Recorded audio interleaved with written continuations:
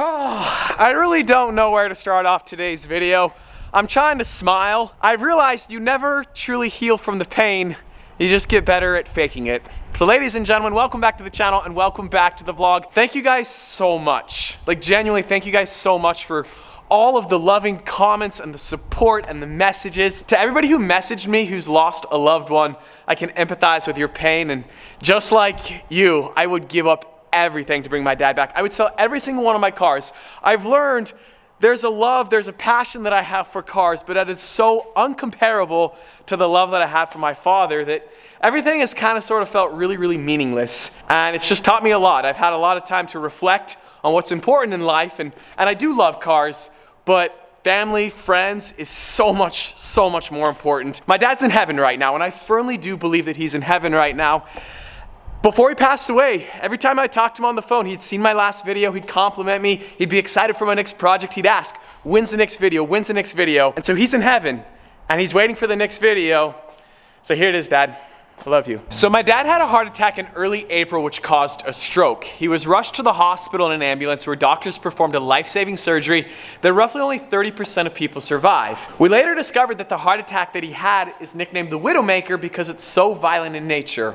So Papa Strad survived the Widowmaker, which caused a stroke, and then he had the life-saving surgery that only 30% of people survive. I firmly believe that my dad was supposed to pass in early April, but he stuck around just a little bit longer so that I could come home to see him, and I did. I rushed home and I spent the 2 best days I've ever spent with my dad. When I first got to the hospital, I was kind of nervous. I didn't know what to expect. I wasn't sure if he'd recognize me, and I walked into his hospital room and I just said, "Hi, Dad." And he looked over at me somewhat slowly because of the stroke, and his whole face just lit up. He was so excited to see me. I have never felt so loved in my entire life. Here he is at the weakest moment of his entire life, vulnerable. He's had a stroke. He has to learn how to talk again, how to walk, how to eat, all these basics. And he could have been hateful. He could have been angry. He could have been rude. They say that a man's true character is defined by how he reacts during the worst storm of his life. My dad chose love. He chose to be kind and to be gracious and generous. I don't want my legacy to be this. I want my legacy to be in line with my dad's legacy. We have a lot of little updates in today's video, but first and foremost, I want to share a little bit more of the Lamborghini Liberty Walk Aventador Roadster. Now, unfortunately, I cannot drive this car for 65 days. We have to wait for the paint to cure before we can install the paint protection film. I disconnected the battery, so we're going to reconnect that and then cold start up.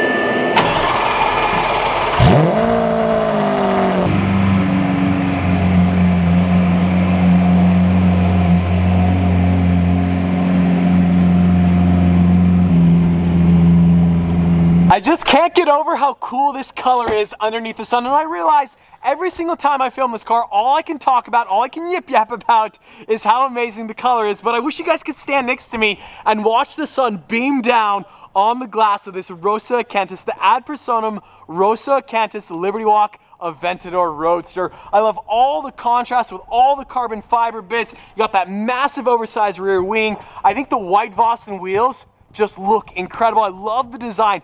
Every single thing about this car honestly turned out to perfection. It's completely exceeded my expectations. We still got to change the caliper color. We still got to install that full titanium FI exhaust. We have this hideous stock exhaust right there, but that is coming sooner than you think, next week. Every time I walk around the car, I find a new angle that's my new favorite. This rear 3/4, where you can see the rear tire tread, it just looks so aggressive. I am overly obsessed with painting cars. It's just so cool. Every single detail, all the door jambs are all Rosa Acanthus. We're gonna pop off the roof as well because this car in roadster form looks even better. And just when we thought it couldn't look any cooler, look at that. The Aventador in roadster form. My, oh my. There's something about my love for cars that even on the worst days, they can truly bring out that childlike excitement. Now, I do want to do a custom interior. Bear in mind, the interior right now is an absolute dust bowl. This car sat in my warehouse for like 5 months as I slowly built the car. I do want to do the custom interior. I don't want to go crazy, but I want to go kind of crazy. I've never done a custom interior on any of my cars, but I really want to go full send on this Aventador Roadster. So idea number 1 is a full white interior, which I realize sounds maybe like overkill, but there's an SVJ that's a similar shade, a little bit more purple, but has a white interior. I'm gonna put a couple photos here and here. So that's idea number one. And then idea number two is we go with a black interior with a bunch of pink accents. I want to use the C8 Corvette as a reference. I absolutely love the contrasting interior on my C8 Corvette. So as a reference point, imagine the Aventador interior is kind of like this, but instead of the bright blue, we have bright pink, and instead of the dark blue, we have black. I think it would be just enough pink without being overkill. We definitely, either way, if we go white interior, if we go pink and black interior, we definitely have to have pink seat belts. An all white interior would match the wheels and the pinstripes so well. Now, if we did do that, we'd still have the dashboard black because otherwise the reflections would be awful. We'd have pink stitching, so the Lamborghini logo would be finished there in pink, the Pirelli logo in pink, but the black and pink interior would also be really, really cool. I don't know. The problem is once we decide, we can never go back. I mean, we could, but we're not going to. What do you guys think? All white or pink and black?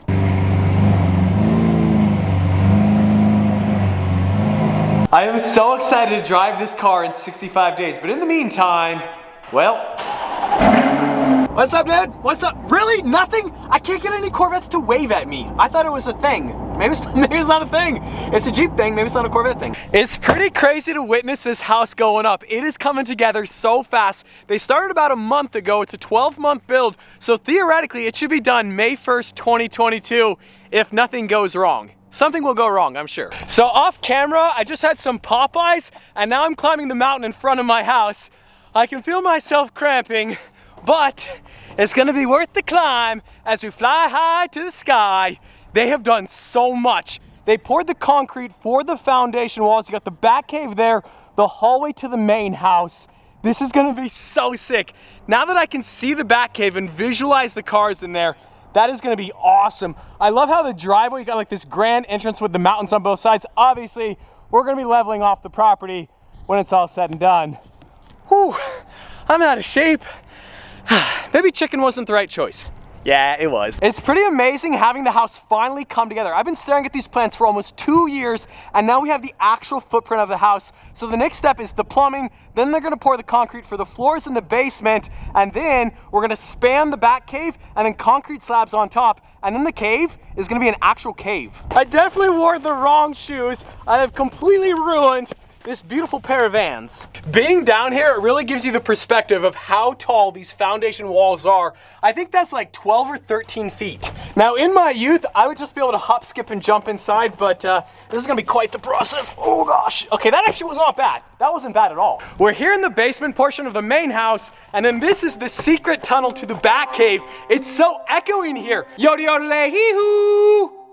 That was actually amazing. I haven't done that in a while. I'm a natural, and welcome to the Batcave. This probably goes without saying, but I'm not a structural engineer, I'm not a general contractor, and I've never built a house in my entire life, so my expertise level is nil to none.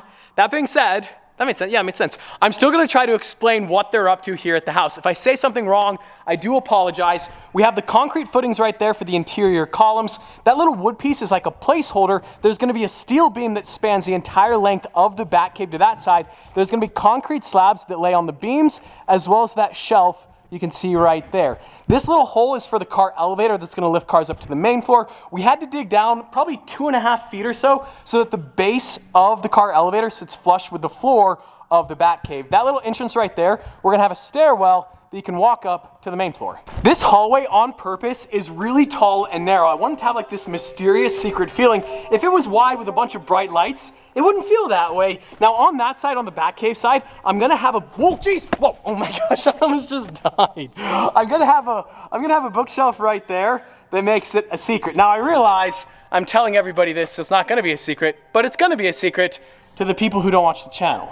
Yeah, something like that. This side of the basement is pretty self-explanatory, not like a lot to talk about except for this room right here, which is my secured storage vault. So we're gonna have a vaulted door right here for all of my valuables. Now, outside of my cars, I have a couch that Burlacker gave me.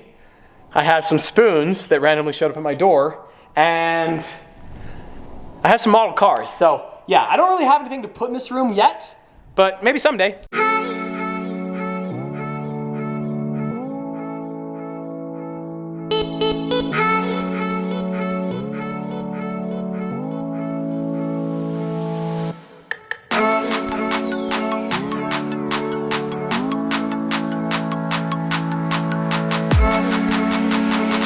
couple weeks back, we put the Lambo doors on Burlacker's Mustang. He's out of town again.